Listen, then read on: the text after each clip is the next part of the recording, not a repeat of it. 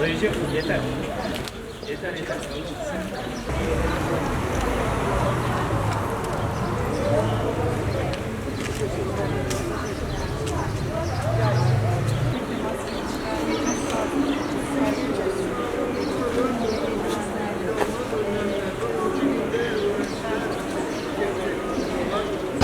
Abi zaten her gün evlerden çalıştık. Uzaktan eğitimde çok işe yaradı abi.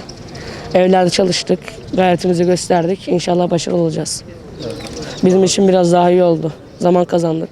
Ve zaten konular yere yendiği için daha şanslıyız bu konuda. Oldu abi çalışma fırsatımız. Öyle evde zaten televizyonda veriyorlardı her şeyi. Oradan izledik. Ondan sonra notlarımızı aldık, geldik sınava. Evet, birinci dönemden konular sorulduğu için ders çalışmamıza özellikle 3 ay evde kaldığımız için yarayabildi. Bu sene de birinci dönemden sorulacağı için yani maalesef böyle oldu koronadan dolayı. Yani biraz daha avantajı oldu.